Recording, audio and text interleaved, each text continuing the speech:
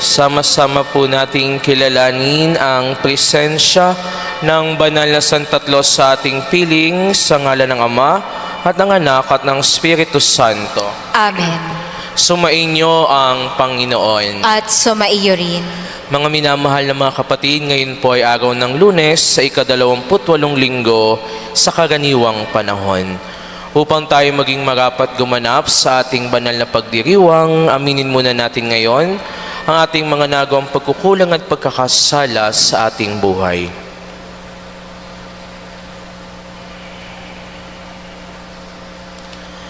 Sinugong tagapagpagaling sa mga nagsisisi, Panginoon, kaawaan mo kami. Panginoon, kaawaan mo kami. Dumating na tagapag-anyaya upang mga makasalan ay magsisi, Kristo, kaawaan mo kami. Kristo, kaawaan mo kami. Nakaluklok ka sa kanan ng Diyos Ama para ipamagitan kami, Panginoon, kaawaan mo kami. Panginoon, kaawaan mo kami. Kaawa nawa tayo ng makapangyarihang Diyos, patawarin tayo sa ating mga kasalanan, at patnubayan tayo sa buhay na walang hanggan. Amen.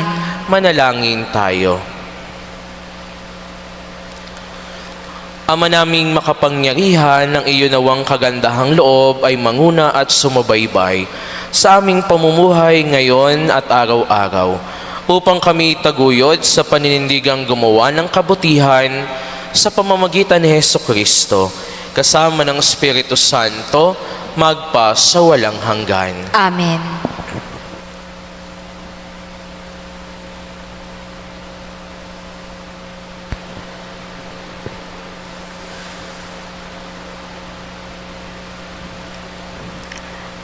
Ang simula ng sulat ni Apostol San Pablo sa mga taga-Roma. Mula kay Pablo na alipin ni Kristo Jesus, tinawag upang maging apostol at hinirang upang mangaral ng mabuting balita ng Diyos. Sa inyong lahat na minamahal ng Diyos na nangarian sa Roma, na tinawag upang maging mga banal, sumainyo nawa ang pagpapala at kapayapaan mula sa Diyos na ating Ama at sa Panginoong Hesukristo. Ang mabuting balitang ito na ipinangako niya noon pang una sa pamamagitan ng mga propeta at nasasaad sa mga banal na kasulatan ay tungkol sa kanyang anak, ang ating Panginoong Hesukristo. Sa kanyang pagiging tao, siya'y ipinanganak mula sa lipi ni David at sa likas na kabanalan ng kanyang espiritu, ipinahayag siyang anak ng Diyos sa pamamagitan ng makapangyarihang gawa, ang kanyang muling pagkabuhay. Sa pamamagitan niya, tinanggap namin sa Diyos ang kaloob na maging apostol, upang ang lahat ng bansa ay akayin sa pananampalataya at pagsunod sa Kanya. Kabilang din kayo sa mga tinawag na maging tagasunod ni Hesukristo. Ang salita ng Diyos. Salamat sa Diyos. Ang Diyos na rin ang naghayag ng handog niyang pagliligtas. Ang Diyos na rin ang naghayag ng handog niyang pagliligtas. Umawit ng bagong awit at sa poon ay ialay, pagkat yaong ginawa niya ay kahanga-hangang tunay. Sa sariling lakas niya at taglay na kabanalan, walang hirap na natamo, yaong hangad na tagumpay. Ang Diyos na rin ang naghayag ng handog niyang pagliligtas. Ang tagumpay niyang ito'y siya na rin ang naghayag sa harap ng mga bansay na hayag ang pagliligtas. Ang pangako sa Israel, lubos niyang tinutupad. Ang Diyos na rin ang naghayag ng handog niyang pagliligtas. Tapat siya sa kanila at ang pag-ibig ay wagas. Ang tagumpay ng ating Diyos kahit saan ay namalas. Magkaingay na may galak, yaong lahat sa daigdig. Ang poon ay buong galak, na purihin sa pag-awit. Ang Diyos na rin ang naghayag ng handog niyang pagliligtas. Sumainyo ang Panginoon. At sumaiyo rin. Ang mabuting balita ng Panginoon ayon kay San Lucas. Papuri sa iyo, Panginoon. Noong panahong iyon, samantalang dumaragsa ang mga tao, sinabi ni Jesus, "Napakasama ng lahing ito. Naghahanap sila ng palatandaan mula sa langit, subalit walang ipapakita sa kanila, maliban sa palatandaang inilalarawan na nangyari kay Jonas." Kung papaanong naging isang palatandaan si Jonas sa mga taga Ninive, gayon din naman magiging isang palatandaan sa lahing ito ang anak ng tao. Sa araw ng paghuhukom, titindig ang reyna ng timog laban sa lahing ito at sila'y hatulan niya ng kaparusahan, sapagkat nanggaling siya sa dulo ng daigdig upang pakinggan ang karunungan ni Solomon. Ngunit higit na di hama kay Solomon ang naririto. Sa araw ng paghukom ay titindig ang mga taga Ninive laban sa lahing ito at hahatulan ng kaparusahan, sapagkat nagsisi sila dahil sa pangangaral ni Jonas. Ngunit higit na di hama kay Jonas ang naririto. Ang mabuting balita ng Panginoon. Pinupuri ka namin, Panginoong Hesukristo.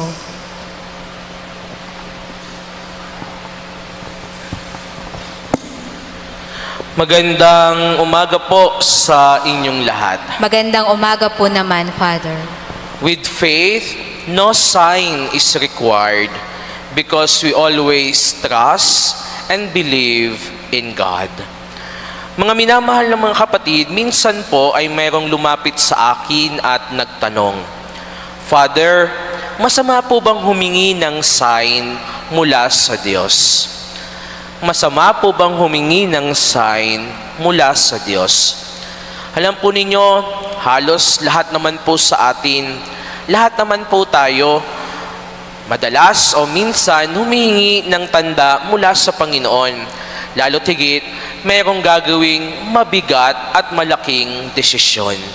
Marami na po akong napakinggan na mga pagpapatunay na sa kanilang pagdarasal, humingi sila ng tanda sa Diyos. Kaya sila nakagawa ng malaking hakbang sa kanilang buhay. Halimbawa, kapag sila ay nakakita o may nagbigay sa kanila ng kahit anumang kulay ng rosas, ibig sabihin nito, tanda ito na mayroong ipinapagawa sa kanila ang Diyos.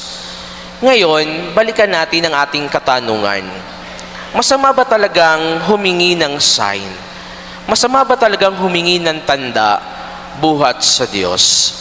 Binabanggit ko po sa inyo ang mga bagay na ito sapagkat sa ating mabuting balitang napakinggan, inilarawan sa atin ang tagpo na kung saan humihingi ng tanda ang mga tao sa ating Panginoong Hesus. At sa kanilang paghingi ng tanda, sila ay pinagsabihan ni Jesus. Ang sabi niya, "Napakasama ng lahing ito, subalit walang ipapakita sa kanila, maliban sa isang palatandaang inilalarawan na nangyari kay Jonas." Tanong, bakit ganito na lamang ang reaksyon ng ating Panginoong Hesus sa mga taong naghahanap sa Kanya ng tanda? Bakit? Sapagkat ang paghingi nila ng tanda ay tanda lamang ng kakulangan nila ng pananampalataya. Ang kailangan talaga nila ay hindi tanda. Ang kailangan talaga nila ay pananampalataya. Mula po sa katotohanan ito, itinuturo sa atin ngayong araw na ito ang isang napakahalagang aral. At ano ito? Ang isang taong may pananampalataya, kahit walang tanda, patuloy pa ring maniniwala. Pero ang isang taong walang pananampalataya, kahit bigyan mo ng maraming tanda, hindi sasapat, hindi pa rin maniniwala. For someone who has faith, for someone who believes, no sign is necessary. But for someone who does not believe, no sign will be sufficient. Mga kapatid, sa panahon po natin ngayon, maraming tao ang naghahanap ng mga tanda, naghahanap ng mga himala, naghahanap ng mga kagilagilalas ng mga pangyayari buhat sa Diyos. Many people long for something spectacular, long for something dramatic sign from God. Pero sa araw na ito, ipinapaalala lamang sa ating lahat, kung tunay, kung totoo, kung malalim, kung matibay ang ating pananampalataya at pagtitiwala sa Diyos. Kahit walang tanda, makakakita at makakakita pa rin tayo ng dahilan para kumapit sa Diyos. Sapagkat batid natin na ang Diyos mismo, si Jesus mismo, ang pinakamagandang tanda na palaging magpapaalala sa atin na merong maganda at mabuting mangyayari sa ating buhay. Sabi nga po ng ating rektor at kura paroko sa kanyang daily gospel reflection ngayon, miracles do happen every day. If we would be willing to just look around with the eyes of faith, we would be glad to see them almost present everywhere. Ngayon mga kapatid, mahilig ba kayong humingi ng tanda? Sa misang ito, hilingin natin ang biyaya buhat sa Diyos na nawa ay dagdagan niya ang ating pananampalataya, ang ating pagtitiwala sa Kanya, upang sa gayon, masigit nating matuklasan ang mga magaganda at mabubuting mga nangyayari sa ating buhay kahit walang ipinapakita sa ating tanda. Sapagkat tatandaan ninyo palagi mga minamahal na mga kapatid, with faith, no sign is required because we always trust and believe in God. Amen.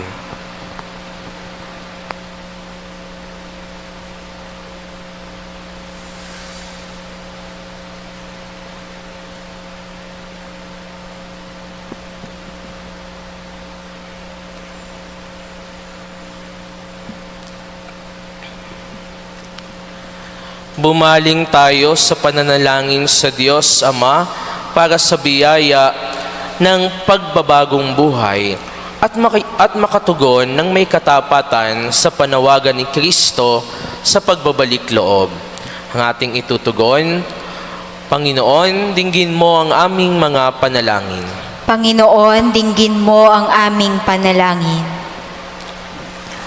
Ang mga puso ng lahat ng lalaki at babae naway mapanumbalik sa Panginoon na tumatawag sa daigdig sa pagsisisi. Manalangin tayo sa Panginoon. Panginoon, dinggin mo ang aming panalangin. At tinawang tanggapin ang buong mensahe ng Ebanghelyo, pati na ang mga salitang bumibigkas ng pagsubok at krus sa buhay. Manalangin tayo sa Panginoon. Panginoon, dinggin mo ang aming panalangin. Katulad ng mga mamamayan ng Nineve, naway itakwil natin ang mga masamang pamumuhay at bumaling tayo sa Diyos ng buong pagpapakumbaba at nagsisising espiritu. Manalangin tayo sa Panginoon. Panginoon, dinggin mo ang aming panalangin. Ang mga may sakit at matatanda, naway makatagpo ng kasiguruhan at pagmamahal mula sa mga nag-aaruga sa kanila. Manalangin tayo sa Panginoon. Panginoon, dinggin mo ang aming panalangin. Ang mga yumao, naway tumanggap ng kapayapaan at kaligayahan sa kaharian ng Diyos. Manalangin tayo sa Panginoon. Panginoon, dinggin mo ang aming panalangin. Sa katahimikan ng ating puso, idalangin natin ngayon ang ating mga natatanging mga panalangin sa ating Panginoon sa tulong panalangin ng ating patron, San Antonio ng Padua.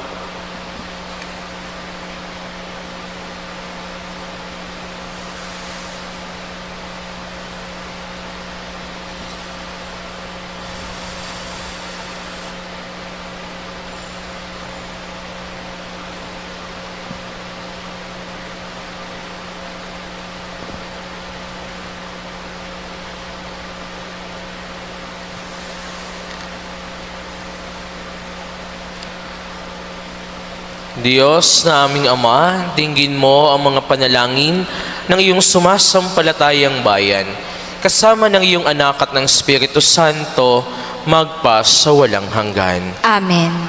Pag-aalay.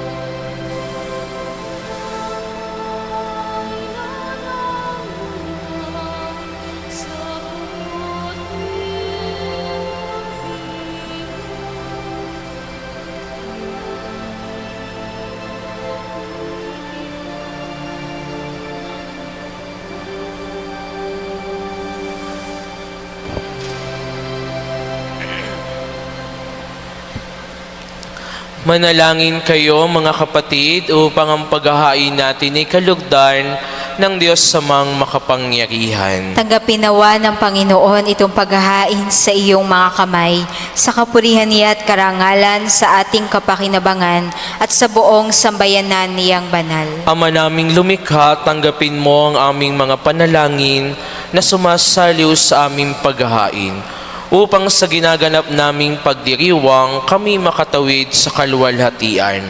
Sa pamamagitan ni Jesucristo, kasama ng Espiritu Santo, magpa sa walang hanggan. Amen. Sumainyo ang Panginoon. At sumaiyo rin. Taas sa Diyos ang inyong puso at diwa. Tinaas na namin sa Panginoon. Pasalamatan natin ang Panginoong ating Diyos. Marapat na siya ay pasalamatan. Ama naming makapangyarihan, tunay ngang marapat na ikaw ay aming pasalamatan. Sa iyong paglingap at kagandahang loob, ang tao'y nilikha mo at pinapangasiwa sa sansinukob. Sa hangad mong siya'y iwastong lubos, siya'y pinagdusa mo sa kanyang pagtalikod. Sa iyong pagiliw, iyong ipinahihintulot na makabalik siya sa pamamagitan ni Kristo Jesus.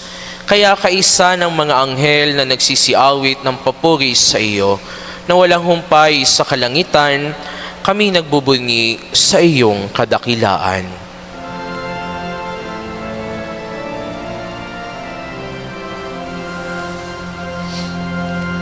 Santo, Santo, Santo, Panginoon Diyos ng mga hukbo, napapuno ang langit at lupa, ng kadakilaan mo.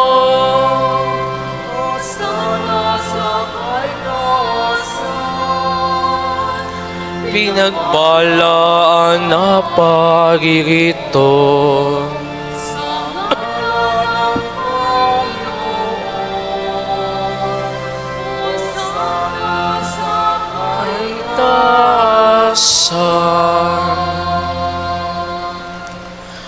Ama naming banal, ikaw ang bukal ng tanang kabanalan.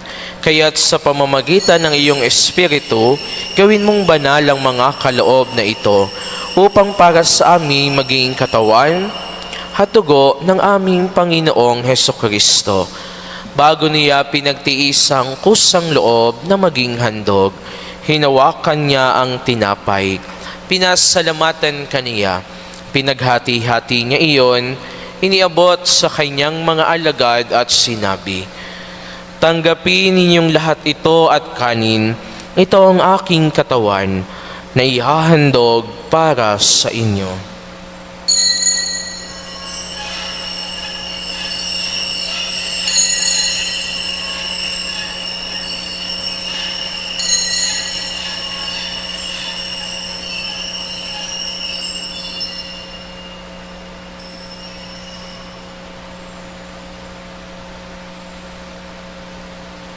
Gayun din naman, nung matapos ang hapunan, hinawakan niya ang kalis.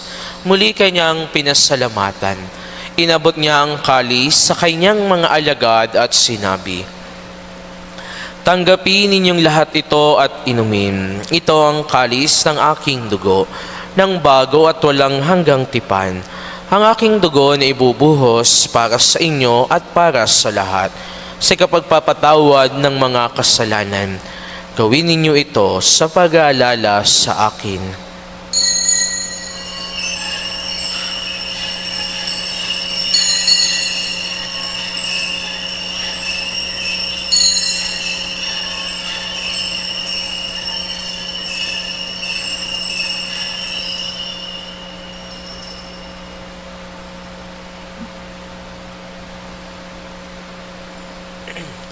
Ang misteryo ng pananampalataya.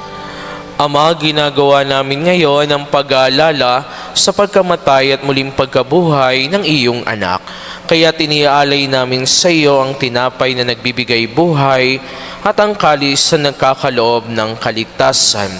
Kami nagpapasalamat dahil kami iyong minarapat na tumayo sa harap mo para maglingkod sa iyo. Isinasamo namin kaming magsasalo-salo sa katawan at dugo ni Kristo ay mabuklod sa pagkakaisa sa pamamagitan ng Espiritu Santo. Alalahanin mo rin ang mga kapatid naming nahimlay na may pag-asang sila'y muling mabubuhay, gayon din ng lahat ng mga pumanaw. Kaawaan mo sila at patuloyin sa iyong kaliwanagan. Kaawaan mo at pagindapatin kaming lahat na makasalo sa iyong buhay na walang wakas. Kaysa ng mahal na Birheng Maria, na ina ng Diyos. Kaysa ni San Jose na kabiyak ng kanyang puso, kaysa ng mga apostol at ng lahat ng mga banal na namuhay dito sa daigdig ng kalugod-lugod sa iyo, may pagdiwang nawa namin ng pagpupuri sa ikararangal mo sa pamamagitan ng iyong anak na aming Panginoong Hesukristo. Sa pamamagitan ni Kristo, kasama niya at sa Kanya, ang lahat ng parangal at papuri ay sa iyo, Diyos Amang makapangyarihan, kasama ng Espiritu Santo, magpa sa walang hanggan.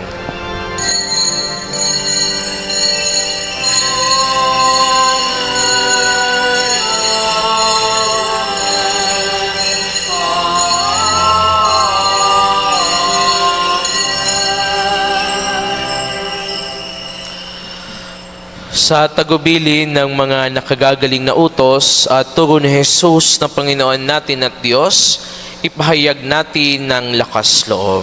Hihiling namin kami iadya sa lahat ng masama, pagkalooban ng kapayapaan araw-araw, iligtas sa kasalanan at ilayo sa lahat ng kapahamakan. Samantalang aming pinananabikan ang dakilang araw ng pagpapahayag ng tagapagligtas naming si Jesucristo.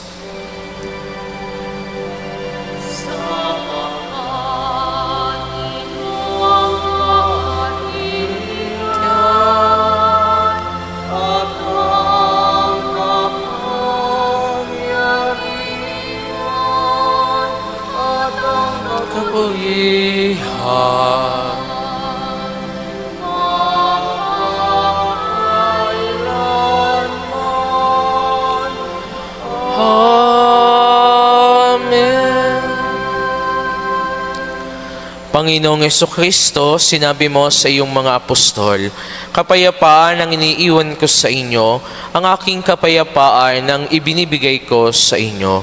Tunghayan mo ang aming pananampalataya at huwag ang aming mga pagkakasala. Pagkalooban mo kami ng kapayapaan at pagkakaisa ayon sa iyong kalooban. Kasama ng Espiritu Santo, magpa sa walang hanggan. Amen. Ang kapayapaan ng Panginoon ay laging sumainyo. At sumaiyo rin. Magbigayan kayo ng kapayapaan sa isa't isa. Kordero ng Diyos na nag-aalis ng mga kasalanan ng sanlibutan, maawa ka sa amin. Kordero ng Diyos na nag-aalis ng mga kasalanan ng sanlibutan, maawa ka sa amin. Kordero ng Diyos na nag-aalis ng mga kasalanan ng sanlibutan, ipagkaloob sa amin ang kapayapaan. Ito ang kordero ng Diyos. Ito nag-aalis ng mga kasalanan ng sanlibutan. Mapapalad ang mga inaaniyahan sa kanyang piging. Panginoon, hindi ako karapat-dapat na magpatuloy sa iyo, ngunit sa isang salita mo lamang ay gagaling na ako.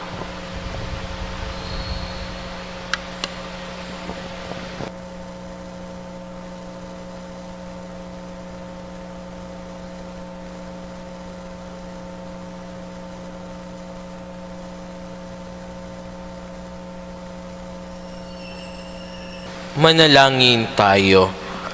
Ama naming mapagmahal, ngayong kami iyong pinapakinabang sa katawat dugong banal, iniluluhog namin sa dakila mong kabutihan sa tanan, na kami gawin mong kasalo sa iyong buhay sa pamamagitan ni Jesucristo, kasama ng Espiritu Santo, magpas sa walang hanggan. Amen. Sumainyo ang Panginoon. At sumaiyo rin. Pagpalain kayong lahat ng dakila at mapagmahal na Diyos Ama at Anak at Espiritu Santo. Amen. Ang misa ay naialay na, humayo kayong mapayapa. Salamat sa Diyos.